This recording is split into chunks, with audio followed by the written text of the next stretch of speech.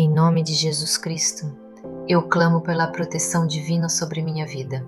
Senhor, reveste-me com a tua armadura celestial, para que eu possa resistir no dia mau e, havendo feito tudo, permanecer firme.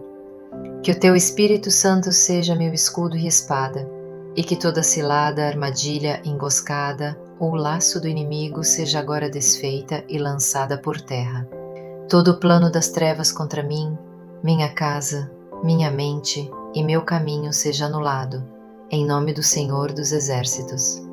Que o arcanjo Miguel e os anjos guerreiros estejam ao meu redor, guardando minhas entradas e saídas, cortando toda seta maligna lançada contra mim. Eu declaro que nenhuma arma forjada contra mim prosperará, e toda língua que se levantar em juízo será condenada. Eu caminho na luz, na paz e na vitória do Altíssimo. Assim seja, assim é e assim será. Amém.